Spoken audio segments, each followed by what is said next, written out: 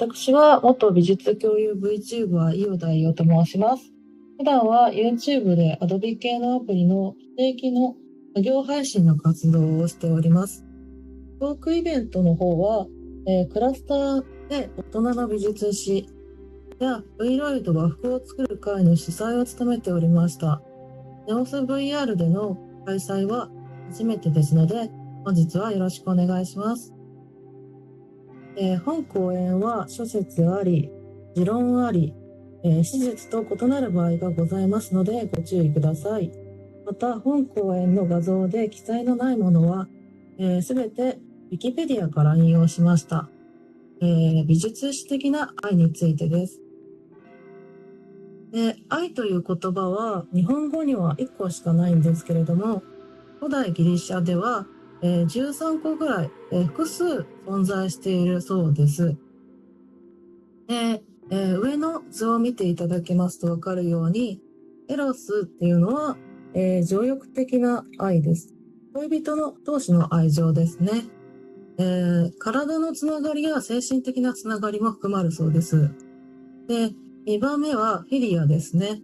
対友情ってありますね。で、ルダスっていうのは遊びのとゲームの、ちょっとアバンチュールな危ない、愛のこと。で、危ないって言っても計算高いっていう感じであって、実はエロスの方が古代ギリシャ人は危険視してたらしいですね。理性がぶっ飛んじゃうからっていう理由。で、アガペっていうのは、無償の愛ですね。神様の愛情。で、プラグマっていうのは永続的な愛情。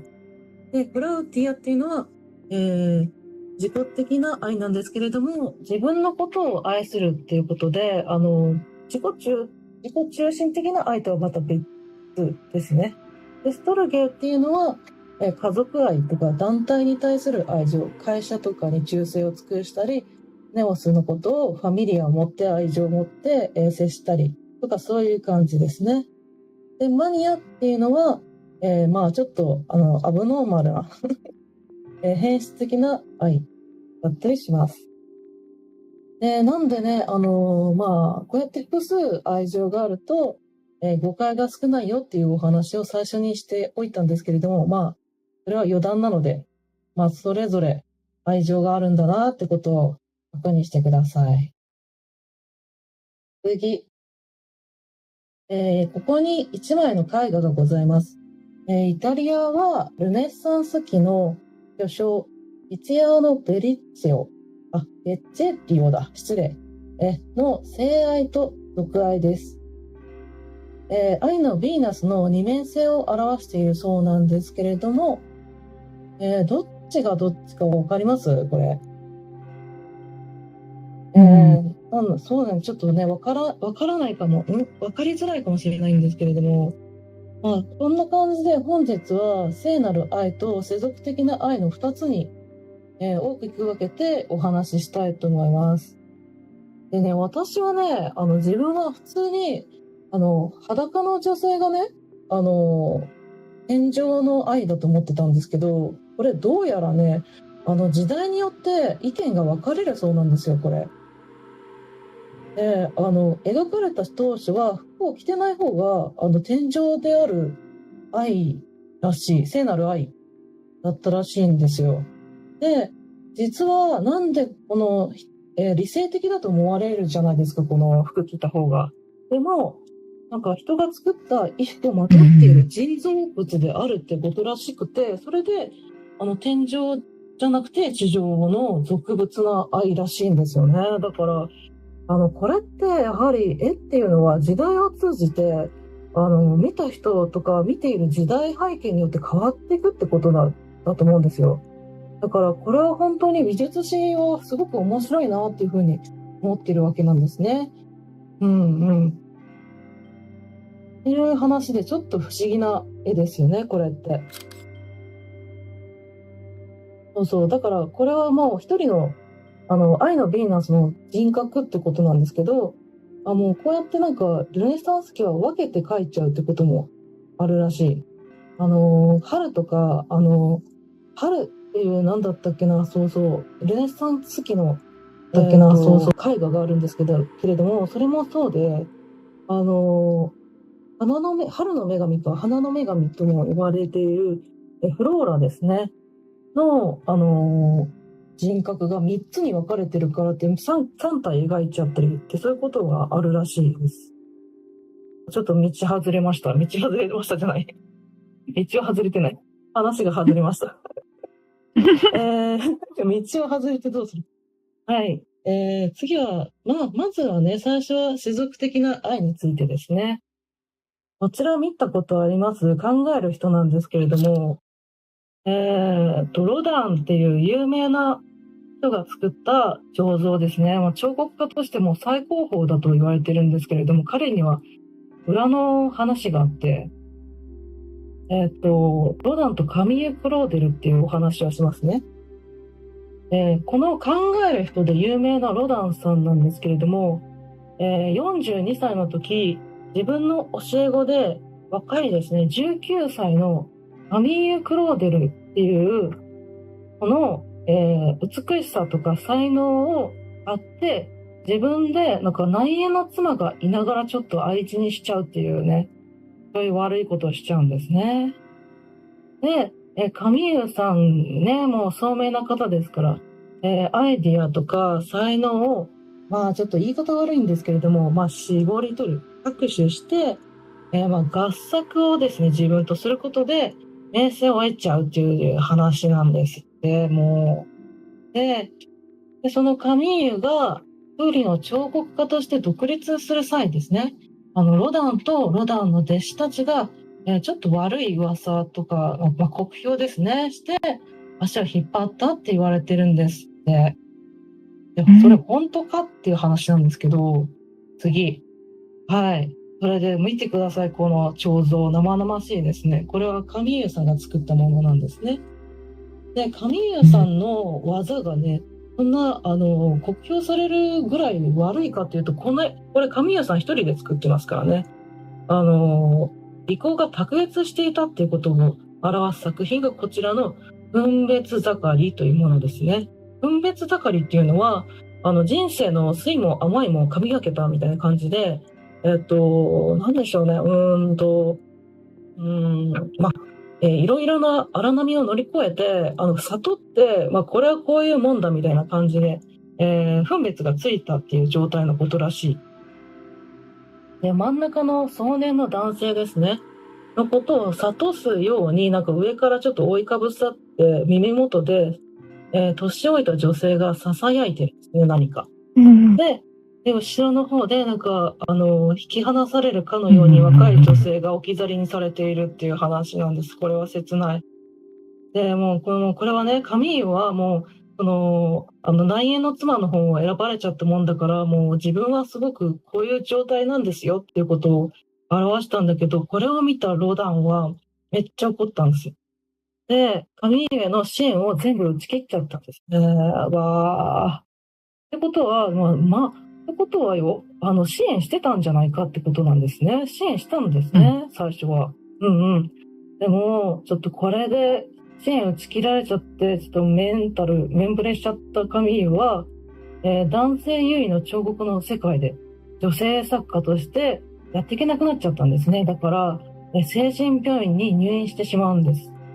で、私は一生彫刻なんか作ってやらないんだからっていうふうに繰り返しつぶやいたそうなんですけれども、そこまでだと暗い話じゃないですか。実はこの話には続きがございます。ロダンは、絶えず内縁の妻ローズとカミーユの間で揺れ動いてたんですね。で、選びきれずに、カミーユの支援を打ち切っちゃった後、最終的にローズと結婚しちゃうんですね、やはり。年老いたローズと。でも、死去する際にですね、ロダンは、パリに残した若い方の妻に会いたいって言い残したそうなんです。だからこれは本当に人間っていうのはもう本当に複雑だなって思われるっていうか、もう考えさせられますねっていう、そういうお話でした。という感じでちょっと奇烈な画面を出しちゃったんですけれども次はピカソですね。ピカソさんはですね、もう、ね、女の人いっぱい囲っちゃってますから、そんな話はいっぱいありそうなんですけれども、キュービスムですね。まずね、ピカソのお話をする前に、キュービズムとは何かっていうことなんですけれども、1枚の画面に別の角度の画面をいっぱい収めた絵画のことなんですね。で、パブロ・ピカソさんはもちろんのこと、ジュルジュ・ブラックさんによっても提唱されたっていう、そういう技法です。で、ピカソの女性たちっていうお話をしたいと思います。対照的な2枚のキュービズム。キュービズムなんですけれども、今ご説明いたしましたけれども、こちらなんですね。ちょっとめくれない。こっち。で、ですね、ちょっとなんかハンカチをですね、食いしばって、るのが、右の方で、泣く女っていうんですね。で、モデルはドラマールさんっていう方なんですが、芸術写真家のマン・レイっていうすごい超有名なんですね。アーティストさんの助手まで務めて、で、ご自身もシュールレアリズム、ルネ・マルグリットとかサルバドール・ダリとか、そういったシュールの、画家じゃなくて写真家なんですって。写真家、ご自身も写真家を務められるほどの、才媛だったんですね。才能あふれる女性だったんですけれども、ピカソとピカソの女性関係を綴った映画では、自分自身のお手手の隙間をナイフでポンポンポンポンってなんか行き来させるなんかスリリングな描写とか、あと他の愛人とめちゃくちゃ張り合って、あなたもピカソに絵を描かれればいいのよとか、もうちょっとヒステリックに吐き捨てる場面があるほどの劇場家だったそうですね。で、そんな感じなので、ちょっとやっていけないなって思っちゃったピカソは、ちょっと見捨てることにしちゃったんですね。しょうがないのかな。で、ドラマールさんはその後仕事もうまくいかずに、余生は、信仰に、捧げることになります。ローマンカトリックの教会に、救いを見出しました。なんとか、ね、落ち着かれたのかなっていう感じ。で、対照的なのが、その左の方の夢っていうタイトルの絵なんですけれども、そんな困難なので、数々の女性と沖縄を流していて、ピカソさんがね。制裁というか、制裁って考えはなくて、妻なんだけど、普通の。で、オルガさんと、うまくいかなくなっちゃったそうですね。しょうがない。オルガさんっていう人は、もともとそんなに、ピカソさんのことを、うじゃうじゃ言わなかったんだそうですけど、やっぱりね、いっぱい、ね、複数囲っちゃったもんだから、愛人をね。なので、46歳の時、ピカソさんが46歳の時、17歳のマリー・テレーズっていう人と出会ったそうなんですけれども、デパートで出会ったそうなんですって。で、私はピカソです。ぜひモデルになってくださいと、ナンパして愛人にしちゃいます。いや、有名人のそういう、なんつうかなんていうんですかね、ネームバリューを利用してやるってちょっとしたたかやなってか、手慣れちゃってて私はちょっと感情移入できないなって思うんだけど、個人的に。で、若い彼女の体を完璧な美みたいな感じで例えたんですけれども、ドラマールさんの泣く女のけばけばしい色使いとちょっと変わっててですね、繊細な肌の色と曲線美を見てください。やっぱり男ってこういう女が好きなのかって思うじゃないですか。で、ピカソさんはこんなうたた寝をするモデルに、若いモデルに深い安らぎを見出していることがわかりますっていうわけなんですね。だから、もうなんだろう。運命の女、ファム・ファタルですか。ファム・ファタルっていうのはもう本当にすごいもんで、こんな感じで、男に影響を及ぼすのか、男性作家に影響を及ぼすんかっていう、例を言いたかっただけです。いやいや、もう本当に、これ、救いが、なさすぎてですね、マリー・テレーズさんと、そういうね、話をして、子供ができるそうなんですけれども、ピカソさんとの間に、なんか体型が崩れたって言って見捨てるんですよね。だからもう、この話もう、ひどい。もう私はちょっと、もうごめんなさい。ロダンのように救いはできなかったわ。ごめんなさい、ピカソさん。もうちょっと私研究するわ。で、モテについてなんですけれども、ゴッホとゴーギャンが、師弟関係にあった話は、まあ、結構有名な話で、で、まあ、なんだろうな、ゴッホさんがちょっと耳をね、自分で傷つけちゃって切り落としちゃったっていうね、ことで、まあ、精神のバランス崩しちゃって、関係が破綻してしまったっていうのが有名な話なんですけれども、ちょっと今日はそこを置いといてですね、で、ちょっと、ゴーギャンさんについてはなかなかね、どんな人かっていうのを大噂は、お耳に入らないかと思いますけれども、実はちょっとやんちゃで、タヒチの女性を買い漁っていました。うわーみたいな。で、そこでもうちょっと、もうなんていうのかな、性病を患って徐々にタヒチの女性に相手にされなくなっちゃった、モテなくなっちゃったっていう、そういう逸話があります。で、ここでですね、自然科学的にモテたいという欲求なんですが、子孫繁栄を願う欲求なので、普通の話です。では、合わせて美しさについて触れます。で、私たちは美しい、人に、惹かれますよね。で、また、例えば美しい肌を持つ相手と、ちょっとね、エッチをしたくなっちゃうっていう理由はなんでだと思いますか？なんででしょうね。それは、天然痘などの病気に侵されていないかなど、自然とね、相手のことをチェックしてるんですね。私たちの遺伝子。で、性行為を通じて子孫を残すのに相手がふさわしいのかな、みたいな。劣勢の遺伝子持ってないのかなっていうことで、私たちはお互いに無意識にチェックしてるんですね。豊かな遺伝子。では、美についてなんですけれども、旧石器時代のオーストリア出土のビレンドルフのヴィーナスっていう2.73センチのぐらいの、大きさの、石像っていうか、これね、実は、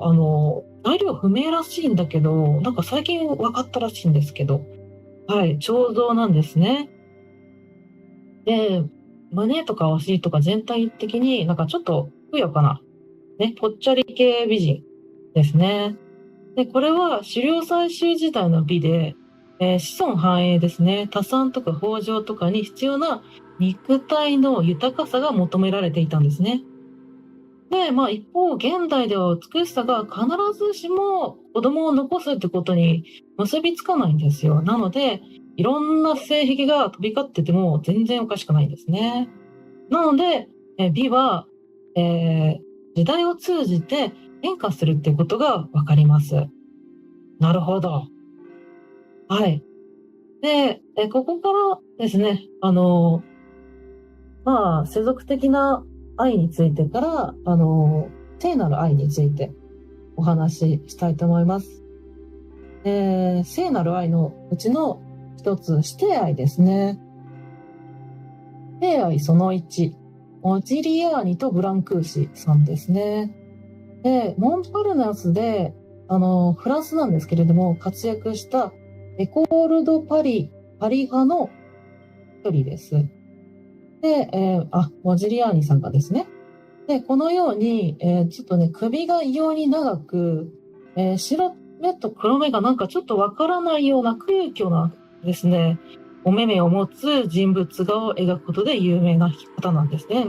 こんな作風なのでですね、ちょっと絵売れなかったんですけれども、その絵のことをですね、評価した人がいたんですよ。この作品を作った人。ルーマニアの彫刻家のブランクーシさんは評価してくれたんですね。で、ブランクーシさんはどんな、これ何の作品なのかなっていうんですけれども、これ、タイトルなんだかわかります？これ。なんでしょうね。これ展覧会のために郵送したんですって。そしたら、これは金の延べ棒じゃんみたいな感じになって、税関に止められたんですって。でもそれぐらいミニマムな作風なんですけれども、こちらは空間の鳥っていう作品です。言われたら鳥っぽいみたいな、羽っぽいみたいな感じですけれども、ちょっと、っていう感じですね。ちょっとわかる人にはわかる。はい。で、彼の、ちょっとね、ヒントっていうか、知見を得てですね、モジリアーニさんも、彫刻に傾倒します。ちょっとね、これ見ると、わかると思うんですけれども、アフリカの民族的な感じとか、原始的な、プリミティブな造形ですね、の彫刻をわずかに残してるんですね。でも、モジリアーニさんはちょっと、なかなか売れなかった、芽が出なかったもんで、薬物依存とかアルコールで荒れた生活を送ってしまって、35歳で没してしまいます。残念。で、もし彼がもっと長く生きられたなら、私たちはもっと面白い彫刻が見られたかもしれません。うん。で、次、シテ愛その2です。すごいきらびやかですね。エゴン・シーレさんとクリムトですね。で、エゴン・シーレさんという方をちょっと先にちょっと紹介したかったんだけど、ちょっとこの映像はですね、クリムトさんです。エゴン・シーレさんという方がいたんですね、ウィーンに。で、ウィーンの美術アカデミーっていうところに入学するんですよ。で、ウィーン美術アカデミーって実は、エゴン・シーレさんが合格した時、実はね、アドルフ・ヒトラーも、受けてたんですよ、受験。でも実は落ちちゃって、でも、そのエゴン・シーレさんは受かったのにもかかわらず、そこのね、アカデミーの保守的な授業に耐えられなかったそうです。だからなんかね、もうここはね、なんだろう、才能の差だからしょうがないのかな。で、当時のウィーンで成功を収めたクリムトに、弟子入りをします。で、そのようにクリムトの絵画なんですけれども、画面からわかるように、黄金の時代と呼ばれる金を基調とした、画面にテキスタイルですか、なんでしょう、カーペットみたいな感じかな、の模様が、散りばめられて、このね、表情を見てください。妖艶で甘美な表情を浮かべた人物が、白く透き通る肌でしたり、うっとりするような表情ですね。そういった人物画が一般的なわけです。それに対してなんですけど、で、エゴン・シーレさんはこんな絵を描く方なんですね。で、死とか、死って生死をかける死ですね。あと性行為など、一般的にタブー視されるような画題を追求するあまり、14歳の少女をモデルにして、逮捕されちゃうっていうね、スキャンダラスな一面を持っております。で、人間の内側をえぐり出すようなグロテスクな人物画とか自画像が一般的に知られております。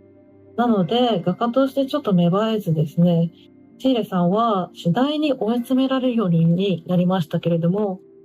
クリムトは、そんなことないよって、自分はこんな感じのデッサンは絶対描けないからもう自信持ってほしいっていう風に、エゴン・シーレを精神的にも、お金ですね、経済的にも支えたそうなんですよ。その甲斐あって、エゴン・シーレは最初の個展を開いて画家として出発したのです。よかった。こっちは救われた。で、次、ちょっと打って変わりまして、信仰の愛です。ちょっとね、これ、ウィキペディアからちょっと引っ張ってこれなかったので、高島屋さんの、画像をお借りしました。はい。モーリス・ユトリロっていう方がいらっしゃって、で、フランスのさっき、モンパルナスって言ったかと思いますけれども、こちらはエコール・ド・パリでも、同じエコール・ド・パリでも、モンマルトルの派閥の人です。で、ユトリロさんは、お母さんの、画家で、お母さんのシュザンヌ・バラドンっていう方の、私生児として生まれたんですね。なので、なんか名前があやふやだったらしいんですが、はい。で、アルコール依存症のおばあさんの影響で、子供時代からちょっと叫びたりの生活を送っちゃって荒れちゃってたんですね。で、精神病院に入院することもすごく多かった。で、だんだん、キリスト教へ信仰を捧げていくことになります。で、絵を描くきっかけも、アルコール依存症を治すっていう治療する一環だったそうなんですね。はい。で、こちらの白の時代と呼ばれる、一点透視図法とか二点透視図法とか、立体視するための、図法ですね。中学で習ったと思うんですけれども、それで、パリの街角を白を基調とした、色調で描いた作品で画家として有名になりました。花開いたんですね。で、現在ユトリロが愛したパリ最古の教会、サンピエール・ドゥ・モンマルトルで静かな眠りについているそうです。こういったね、治療として描いたもので救われるっていうことも、美術あるんだよっていうことが伝えたかったのです。はい。最後、ね、なかなかね、知られてない、史実がございまして、これで最後に皆さんに伝えたいです。平和と愛です。無言館っていう無言ね、なんていうのかな、無言勢の無言ね、無言館という、戦没画学生慰霊美術館っていうのが長野県の上田市にあるのをご存知でしょうか？なかなかね、知られてない事実だと思うんですけれども、館主は久保島誠一郎氏です。で、ちょっとね、ウィキペディアに載ってたんですけれども、なかなかね、どれがどれだかちょっと紹介できないので、やはり戦没されてる方の作品なのでね。その一つに、特攻隊に召集される前に、妻の、当時はちょっと、珍しかったと思うんですよ、なかなか。でも、画学生だったからね、その方は。ラフ画を描いて、妻のラフ画を描いて、出征したっていうね、そういう逸話のある作品とかですね、見る人を沈黙させるような作品が収蔵されております。で、こちらは、美術教育に携わる教職員向けの美術教育を進める会っていうところで、たびたび紹介される有名な施設なんですね。で、最近なんですよ、結構建造されたのが。1997年なんですって。はい。ぜひね、興味あった方は行かれてはいかがでしょうか。では、最後、終わりにです。いかがでしたかね、いろいろね、お話ししたと思いますけれども、本公演をきっかけに、美術作品って、実はこういう、泥臭いというか人間臭い、話があって、こういう作品が成り立ってるんだっていうことを、分かっていただけたら、私すごい嬉しいなって思って、終わりたいと思います。本日はご清聴いただき、誠にありがとうございました。YouTube 配信はここまでで終わります。ありがとうございました。